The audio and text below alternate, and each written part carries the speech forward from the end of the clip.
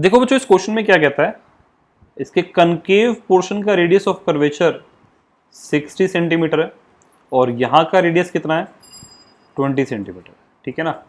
और इसका refractive index mu जो है वो 1.5 गिवन है। तो क्वेश्चन कहते हैं कि ऑब्जेक्ट को कहाँ रखें ताकि इमेज ऑब्जेक्ट पे बने। तो बच्चों इसके लिए मुझे क्या करना पड़ेगा, मुझे इस थिन लेंस की पहले फोकल लेंथ निकालनी पड़ेगी। फोकल लेंथ बोल दो या फिर पावर बोल दो। तो यहाँ से पावर को मैं क्या लिखूंगा, 1/f is equals to mu minus 1 into 1/r। अब बच्चों इस वाले सरफेस का रेडियस ऑफ कर्वेचर लेंगे तो इसमें ऑब्जेक्ट यहाँ पे इंसिडेंट रे ऐसे जाएगी तो ये डायरेक्शन होगी पॉजिटिव और ऊपर की तरफ होगा नेगेटिव।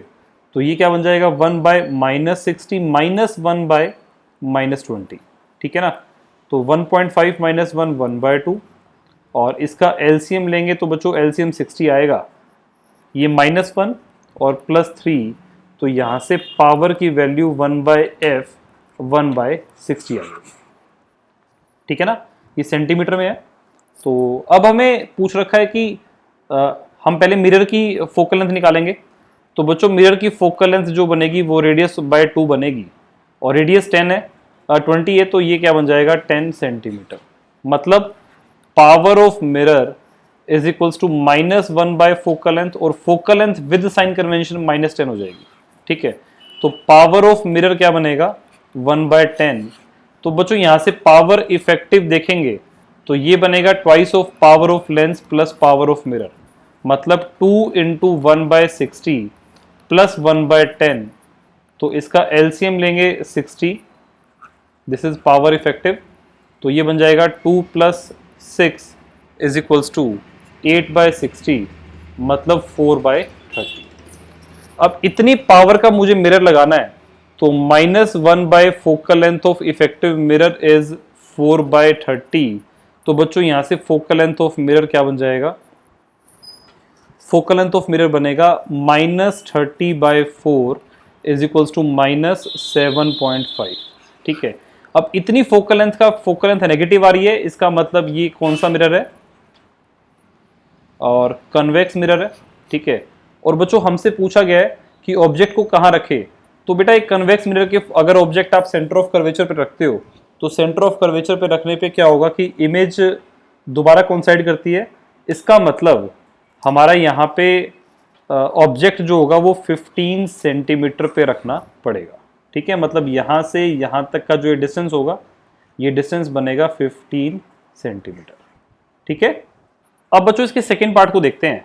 जब हमने यहाँ पे लिक्विड डाल दिया तो बच्चों एक तो ये लेंस L2 की तरह बिहेव करेगा, ये लेंस L1 की तरह बिहेव करेगा और ये बिहेव करेगा मिरर की तरह। तो पावर ऑफ लेंस L2 ये तो हमने निकाली थी पिछले क्वेश्चन में 1/60 सेंटीमीटर, और पावर ऑफ मिरर जो थी बेटा वो थी अपनी 1/10 सेंटीमीटर, ठीक है। और इसका रेडियस ऑफ कर्वेचर 20 सेंटीमीटर था और यहाँ का रेडियस क्या था 60 सेंटीमीटर। तो मुझे पावर ऑफ लेंस L2 निकालनी है। तो सॉरी ये लेंस L1 की पावर थी, तो पावर ऑफ लेंस L2 निकालेंगे तो क्या बन जाएगा 4/3 - 1 4/3 - 1 इंटू 1/∞, ये फ्लैट सरफेस है, -1/-60। तो बच्चों यहां से ये बन जाएगा 1/180 centimetre. This is power of lens L2, ये क्लियर है। अब यहां से नेट पावर निकालेंगे तो ये क्या बनेगी twice of power of lens L1 plus twice of power of lens L2 plus power of mirror, मतलब 2 into power of lens L1 1/60 plus 2 into power of lens L2 1/180 plus 1/10, ठीक है।